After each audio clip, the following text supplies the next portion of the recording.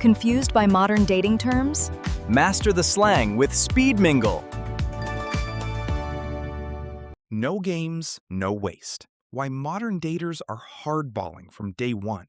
If you have stepped foot on the modern dating battlefield recently, you are intimately familiar with the exhausting, hyper-calculated choreography of the early-stage talking phase. For years, the golden rule of romance was to keep your cards firmly pressed against your chest. Heaven forbid you look too eager, mention the future, or dare to admit that you are actually looking for a genuine human connection rather than a low-effort, casual text thread destined to fizzle out in 3 weeks. But a massive, systemic vibe shift is underway.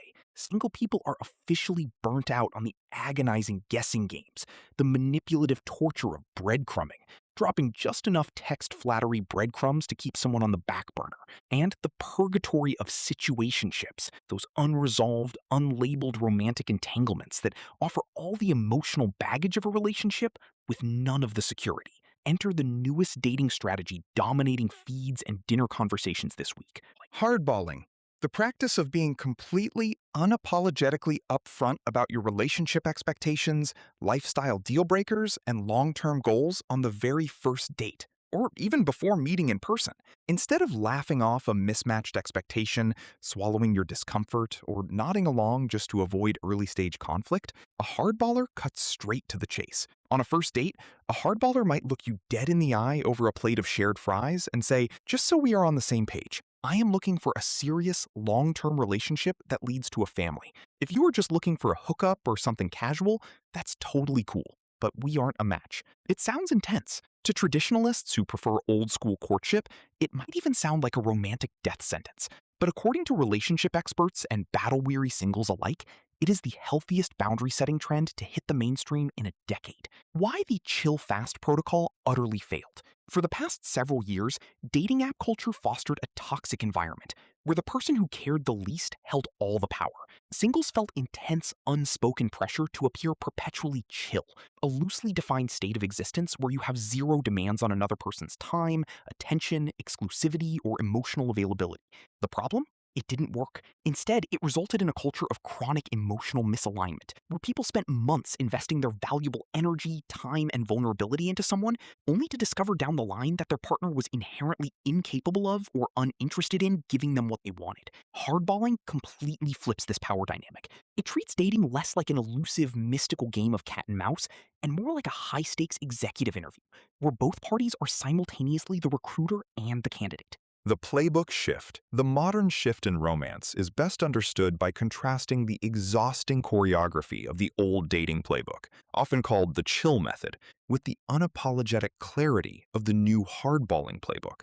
Under the old rules of engagement, daters routinely prioritize the appearance of low-maintenance detachment, hiding their true intentions and shrinking their needs out of a paralyzing fear of scaring the other person off. This hypervigilance created an agonizing timeline where singles would wait 2 to 3 anxious months just to have the dreaded "what are we" conversation, all while enduring vague text habits, mixed signals, and low-effort last-minute dates in the name of keeping things casual. The hardballing playbook completely flips this dynamic by transforming the very first interaction into a masterclass in efficiency and self-worth. Instead of playing a waiting game, modern singles are stating their non-negotiable goals immediately to filter out the wrong people before any emotional investment is made. This shifts the entire timeline forward, establishing foundational compatibility before the first dinner check even arrives at the table. By treating their time as a finite asset, hardballers eliminate the middle ground of uncertainty.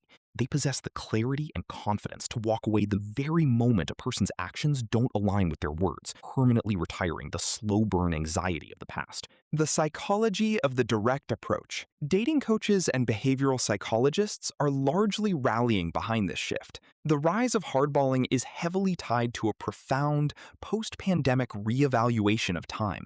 People feel they lost valuable years to lockdowns and subsequent social fatigue.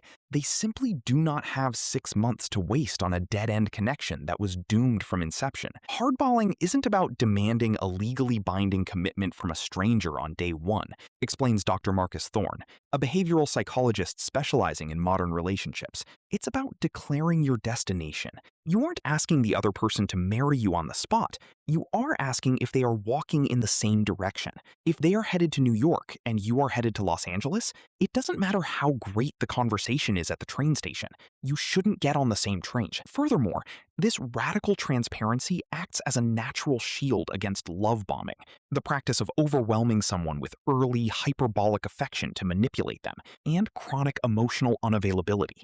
A person who is just looking for a fleeting ego boost or a temporary distraction will almost always flee when met with a high level of transparent, mature, and grounded intent. How to hardball without being overbearing. There is a fine, crucial line between radical honesty and intense emotional pressure.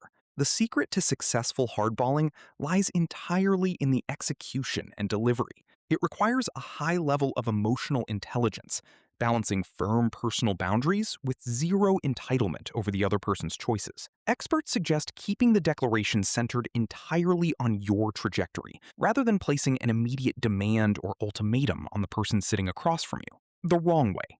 Demanding. I need to know right now if you are ready to settle down, because I'm not trying to waste my time with someone who has commitment issues. Why it fails? This feels like an interrogation, projects past trauma, and immediately puts the other person on the defensive. The hardballer way. Declaring, I've reached a point where I'm really only investing my time in finding a partner for a serious relationship. I love dating and getting to know people, but that's my ultimate goal. What kind of space are you in right now? Why it works? This states your personal truth clearly and confidently, while leaving open, non-judgmental space for them to honestly state theirs. The verdict. While critics argue that hardballing strips the mystery, spontaneity, and magic out of early romance, proponents argue that true magic cannot exist without psychological safety. By removing the anxious guesswork of wondering where you stand, singles are finding that the dates that do make it past the first round are infinitely more relaxed, authentic, and filled with genuine potential. Vulnerability is no longer being treated as a weakness to be hidden until date 5. It is being weaponized as the ultimate vetting tool. So the next time you sit down for a first date coffee, don't be surprised if the small talk gets big fast. Thank you for listening. And watching on the new Speed Mingle TV network.